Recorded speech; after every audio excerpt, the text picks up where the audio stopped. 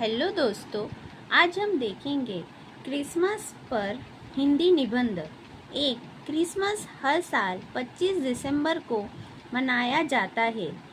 2, ये ईसा मसीह के जन्म का पर्व है। 3, इस दिन लोग अपने घरों को रंग बिरंगी रोशनी और क्रिसमस ट्री से सजाते हैं। 4, बच्चे सांता क्लॉज से उपहार पाने की खुशी में उत्साहित रहते हैं। 5, लोग चर्च में प्रार्थना करते हैं और क्रिसमस कैरोल गाते हैं।